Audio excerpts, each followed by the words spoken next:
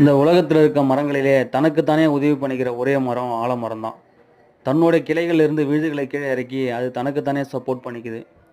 விழுதுகள் எல்லாமே தூண்கள் மாதிரி அழகா இருக்கும். அப்படிப்பட்ட அழகான இந்த ஆலமரம் இப்போ ரொம்ப அழகா பழங்களை வச்சிருக்கு. கண் கவர் வண்ணத்துல கொத்து கொத்தா ஆலம்பழம் காய்ச்சிருக்கு பாருங்க.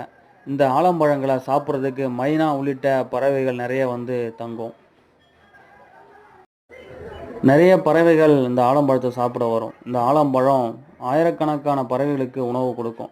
இந்த மரமே ஒரு பிரம்மாண்டமாக இருக்கும். அதோடைய பழங்களும் பார்த்தீங்கன்னா நல்ல இளஞ்சிவப்பு நிறத்தில் கண் கவரும் விதமாக இருக்கும்.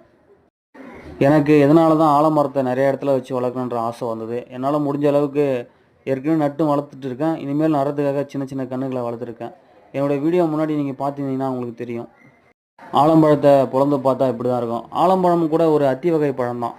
ஆலம், அரசம், அத்தி எல்லாம் ஒரே குடும்பத்தை சேர்ந்தது தான்.